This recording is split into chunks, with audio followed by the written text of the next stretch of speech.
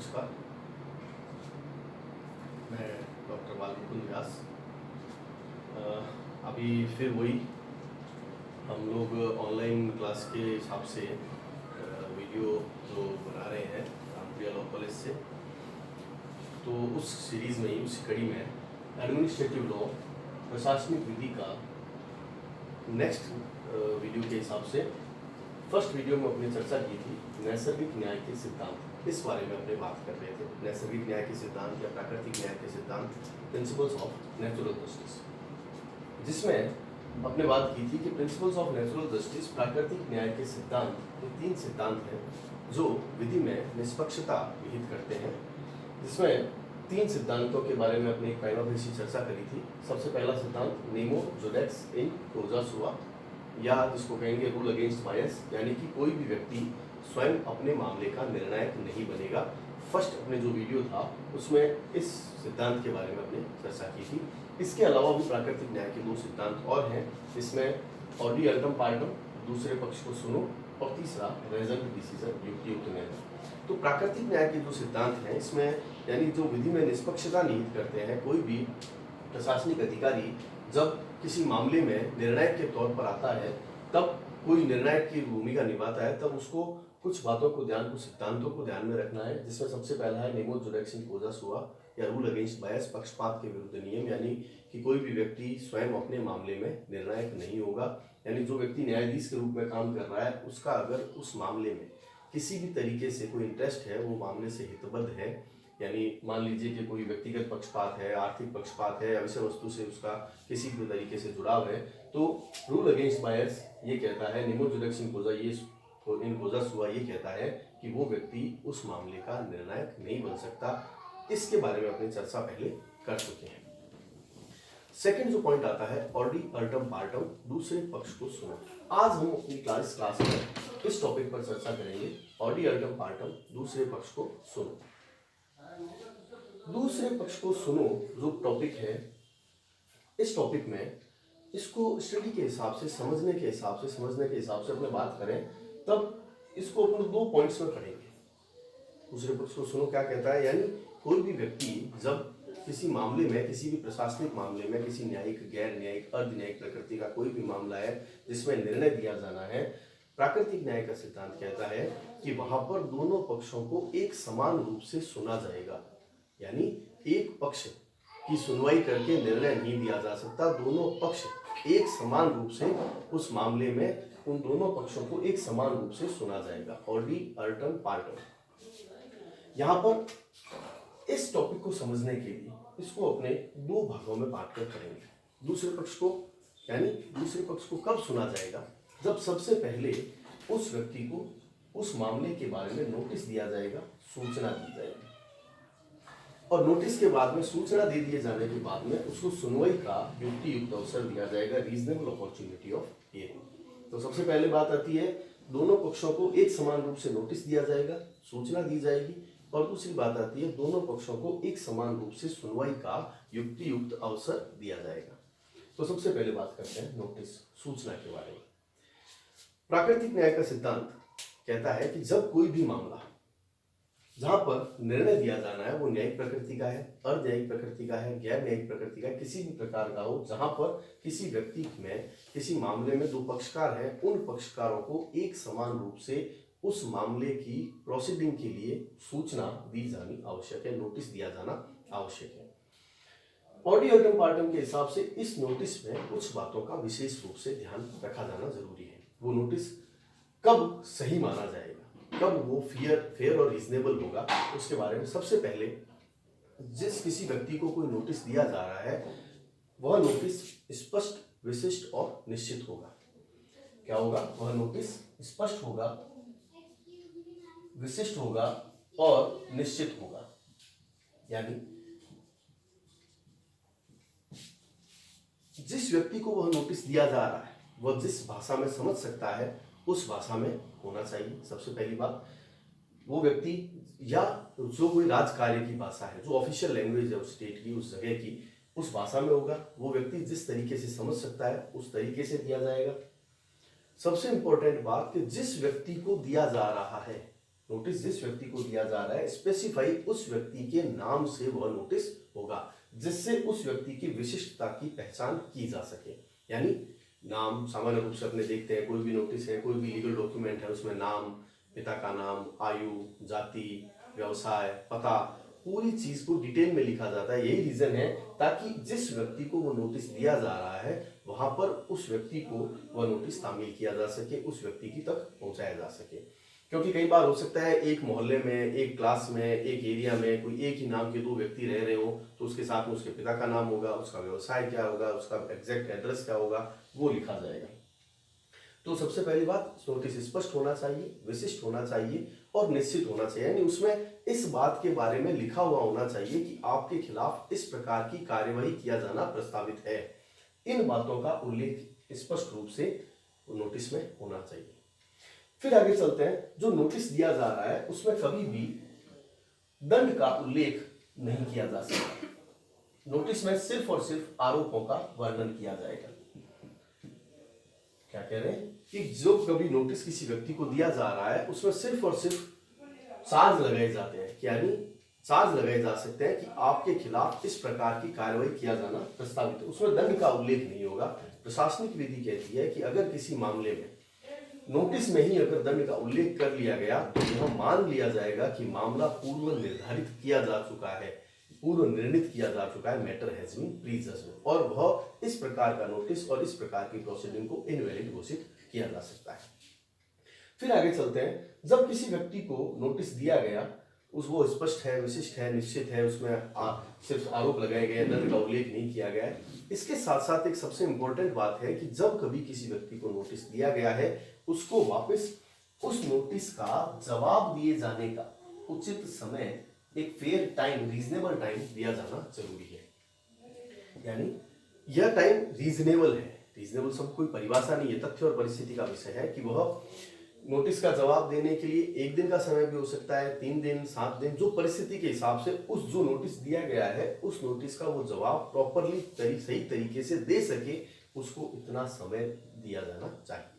तो सबसे पहली बात ये थी, दूसरे पक्ष को सुनो। ऑडी अल्टम पार्टम जो अपने टॉपिक कर रहे हैं उसमें सबसे पहला दूसरे पक्ष को सुना कब जाएगा, जब उसको नोटिस दिया जाएगा, सही नोटिस दिया जाएगा। नोटिस दिया गया, सूचना दी गई, उसमें कुछ बातों की अपने बात करी कि नोटिस स्पष्ट होना चाहिए, जिस भाषा में वो समझ सकता है उस भाषा में होना चाहिए, विशिष्ट होना चाहिए, जिस व्यक्ति को दिया जा रहा है उस व्यक्ति को पर्टिकुलर, उस व्यक्ति को आइडेंटिफाई किया जा सके, उस व्यक्ति को संबोधित करके ही दिया जाएगा।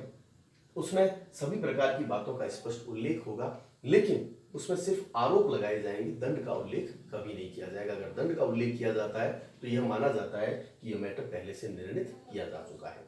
इसके साथ साथ जिस व्यक्ति को नोटिस दिया गया है उसको वापस उस नोटिस का जवाब दिए जाने का सही और उचित समय मिलना चाहिए। यानी जवाब वो व्यक्ति प्रस्तुत करेगा उसको एक रीजनेबल टाइम मिलना चाहिए। यह रीजनेबल टाइम तथ्य और परिस्थिति का विषय है, वो कम भी हो सकता है, ज्यादा भी हो सकता है, लेकिन उस तथ्य और परिस्थिति के हिसाब से वह उचित और रीजनेबल और जस्ट होना चाहिए। तो ये पहली बात थी नोटिस। फिर जब नोटिस की बात आ गई उसके बाद में आता है रीजनेबल अपॉर्चुनिटी ऑफ हियरिंग, सुनवाई का युक्तियुक्त अवसर। यानी जिस व्यक्ति को नोटिस दिया गया है तो दोनों पक्षों को जब नोटिस दे दिया गया उस नोटिस के पश्चात उन लोगों को सुनवाई का युक्तियुक्त अवसर भी दिया जाना चाहिए। ये क्या चीज है, सुनवाई का युक्तियुक्त अवसर क्या है? इसमें दो बातें आई, सुनवाई और युक्तियुक्त अवसर, दो अलग अलग टर्म आई है, हियरिंग और रीजनेबल अपॉर्चुनिटी। सबसे पहले बात करते हैं हियरिंग। सुनवाई यानी वो व्यक्ति, उस व्यक्ति के खिलाफ जो कार्रवाई हो रही है वह कार्रवाई दो तरीके से हो सकती है, लिखित या मौखिक। रिटर्न में भी हो सकती है, ओरल हियरिंग भी हो सकती है। सामान्य तौर पर सभी शासन व्यवस्थाओं में, सभी दंड व्यवस्थाओं में लिखित सुनवाई का अवसर दिया जाता है कि व्यक्ति अपनी बात को लिख करके, तथ्य और परिस्थितियां जो भी थी, साक्ष्य था, उनको लिख करके दे दिया जाएगा। मौखिक सुनवाई का अवसर तथ्य और परिस्थिति का विषय है कि जहां कहीं भी ऐसी परिस्थितियां हैं वहां पर मौखिक सुनवाई का अवसर दिया जाएगा, चाहे लिखित है चाहे मौखिक है, उसको सुनवाई का अवसर जरूर से दिया जाएगा। अपने बात करें कि सामान्य तौर पर सभी शासन व्यवस्थाओं में लिखित सुनवाई का अवसर दिया जाता है, लेकिन यहाँ पर एक चीज समझने लायक है कि जहां पर कोई भी जटिल या तकनीकी प्रश्न आ गया जिसको आप सिर्फ लिख करके नहीं समझा सकते, तो वहां पर ऐसी परिस्थिति में मौखिक सुनवाई का अवसर भी अनिवार्य रूप से दिया जाएगा। तो सबसे पहले बात करी सुनवाई लिखित हो सकती है, मौखिक हो सकती है। सामान्य रूप से लिखित सुनवाई का अवसर दिया जाता है, लेकिन जहां पर जटिल या तकनीकी टेक्निक से रिलेटेड प्रश्न आ गया, कोई साइंस से रिलेटेड प्रश्न आ गया, जहां पर जिसको सिर्फ लिख करके नहीं समझाया जा सकता, उसको मौखिक रूप से समझाना ही पड़ेगा, तो ऐसी परिस्थिति में मौखिक सुनवाई का अवसर भी दिया जाए। फिर बात आती है रीजनेबल अपॉर्चुनिटी, युक्तियुक्त अवसर। किसी भी व्यक्ति को किसी भी मामले में सुनवाई का युक्तियुक्त अवसर दिया गया या नहीं दिया गया, ये कुछ बातों पर डिपेंड करता है। स्टडी के हिसाब से अपने इसमें कुछ पॉइंट्स बनाए हैं कि कब किसी व्यक्ति को सुनवाई का अवसर जो दिया गया है वह रीजनेबल था या अनरीजनेबल था, युक्तियुक्त था या अयुक्तियुक्त था। तो सबसे पहले बात करते हैं कब माना जाएगा कि किसी व्यक्ति को जब सुनवाई का अवसर दिया गया था वो रीजनेबल था या नहीं था। तो इसमें कुछ बातें हैं। सबसे पहली बात, कोई भी व्यक्ति जिस व्यक्ति के खिलाफ प्रोसीडिंग की जा रही है या जो किसी मामले में पक्षकार है, उसको अपनी बातों को तथ्यों के रूप में, साक्ष्य के रूप में, किसी दस्तावेज के रूप में रखने का अधिकार होना चाहिए। यानी कि वह डिसिप्लिनरी जो कमेटी बनी हुई है, प्रोसीडिंग के लिए जो कमेटी बनी हुई है, उसके सामने अपने फैक्ट्स रखेगा, अपने एविडेंसेस रखेगा। कोई भी डॉक्यूमेंट्स हैं, उन डॉक्यूमेंट्स को रखने का उसको अधिकार दिया जाएगा, लिखित या मौखिक रूप में उसको ये अधिकार दिया जाएगा कि वो तथ्य, साक्ष्य या कोई भी आवश्यक दस्तावेज है वो प्रस्तुत करे। समझ आई बात कि कोई भी ऐसी चीज, कोई भी ऐसे तथ्य, कोई भी ऐसा साक्ष्य या कोई भी ऐसे उससे रिलेटेड, उसके रिगार्डिंग कोई भी डॉक्यूमेंट्स हैं, चाहे वो रिटन डॉक्यूमेंट है, कोई इलेक्ट्रिकल डॉक्यूमेंट है, किसी भी तरीका का अभिलेख है, उन अभिलेखों को, तथ्यों को, साक्ष्यों को उसको प्रस्तुत करने का, उसको कोर्ट में, उसको प्रोसीडिंग कमेटी के सामने रखने का अधिकार दिया जाएगा। इसी तरीके से उसको, ये तो बात हुई, उसकी तरफ से जो भी तथ्य और साक्ष्य रखे जाने हैं उसको रखे जाने का अधिकार दिया जाना। दूसरी तरफ उसके खिलाफ अगर किसी भी प्रकार के तथ्य, साक्ष्य या कोई सुसंगत सामग्री आई है, कोई रेलेवेंट डॉक्यूमेंट आए हैं, कोई फैक्ट्स आए हैं, कोई एविडेंसेस आए हैं, उस व्यक्ति को जानने का भी अधिकार है। जिस तरीके से वो अपना पक्ष रखेगा उसी तरीके से उसको, उसके खिलाफ कोई भी तथ्य आए हैं, कोई भी साक्ष्य आए हैं, कोई भी सुसंगत सामग्री अगर उसके खिलाफ में आई है तो उसको जानने का अधिकार है। यहाँ पर एक बात और ध्यान देने लायक है कि कई बार कुछ ऐसी परिस्थितियां हैं जहां पर सामग्री बहुत ज्यादा है, तो उसको उसका सार रूप पता होना चाहिए कि मेरे खिलाफ इस प्रकार के तथ्य, साक्ष्य या ये सामग्रियां प्रस्तुत की गई है। उस व्यक्ति को ऐसे तथ्यों, साक्ष्यों को जानने का अधिकार रहेगा। तीसरी बात, उस व्यक्ति को, किसी भी व्यक्ति को जिसके खिलाफ कार्रवाई चल रही है या वो प्रोसीडिंग का पार्ट है, उस व्यक्ति को तथ्यों का खंडन करने और प्रति परीक्षा का अधिकार भी होना चाहिए। यानी उसके खिलाफ अगर कोई भी फैक्ट्स आए हैं, उन फैक्ट्स को अगेंस्ट में फैक्ट्स रखने या उस फैक्ट को खंडित करने, उसको मना करने का अधिकार भी उसको दिया जाएगा। इसके साथ साथ उसको री एग्जामिनेशन, प्रति परीक्षा का भी अधिकार मिलना चाहिए। क्या कह रहे हैं कि कोई भी तथ्य, उसके खिलाफ कोई तथ्य है, कोई साक्ष्य है, उस तथ्यों और साक्ष्यों को खंडन करने का अधिकार अगर उसको नहीं होगा तो यह माना जाएगा कि उसको सुनवाई का युक्तियुक्त अवसर नहीं दिया गया। इसी तरीके से कोई भी एविडेंसेस आए हैं, उन एविडेंसेस से री एग्जामिनेशन का अधिकार भी उसको मिलना चाहिए। लेकिन यहाँ पर एक अपवाद है कि जहां पर किसी व्यक्ति की जान और माल को खतरा हो सकता है, वहां पर प्रति परीक्षा के अधिकार से वंचित किया जा सकता है।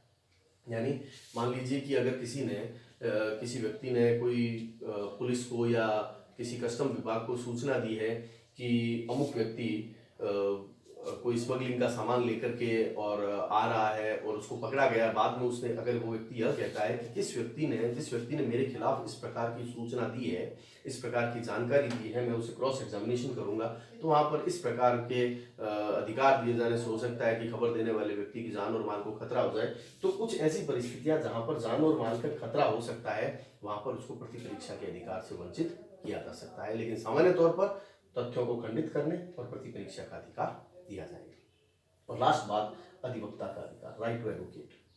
यानी कोई भी व्यक्ति जो किसी मामले में प्रोसीडिंग में आया है, अगर लॉ कहता है कि उसको अधिवक्ता का अधिकार मिलना चाहिए, अगर लॉ में स्पष्ट प्रावधान है कि अधिवक्ता के अधिकार नहीं दिया जाएगा, वो व्यक्ति खुद ही अपना पक्ष रखेगा, तब तो एक अलग बात है। अदरवाइज सामान्य तौर पर अगर अधिवक्ता का अधिकार दिया गया है लॉ में, तो उसको अधिवक्ता का अधिकार भी दोनों पक्षों को एक समान रूप से दिया जाएगा। यहाँ पर एक बात और समझने लायक है कि अगर लॉ में मना किया गया है कि अधिवक्ता के अधिकार की आवश्यकता नहीं है, तो ऐसी परिस्थिति में अगर एक पक्ष को अधिवक्ता का अधिकार दे दिया गया है तो दूसरे पक्ष को भी उसी तरीके से अधिवक्ता का अधिकार दिया जाएगा। तो इस प्रकार से ये अगर चार बातें फुलफिल कर ली गई है, चारों बातों की पालना कर ली गई है, तब माना जाएगा कि उस व्यक्ति को रीजनेबल अपॉर्चुनिटी ऑफ हियरिंग दिया गया है। मैं एक बार वापस से रिपीट कर रहा हूँ। सेकंड पॉइंट अपने बात की रीजनेबल अपॉर्चुनिटी ऑफ हियरिंग कि दूसरे पक्ष को कब सुना जाएगा, जब उसको सुनवाई का युक्त अवसर दिया जाएगा। तो इसमें सबसे पहले बात करी थी अपने सुनवाई हियरिंग लिखित और मौखिक दोनों तरीके की हो सकती है। सामान्य रूप से लिखित सुनवाई का अवसर दिया ही जाता है, लेकिन जहां पर जटिल और तकनीकी प्रश्न की बात आ जाती है वहां पर मौखिक सुनवाई का अवसर भी दिया जाएगा।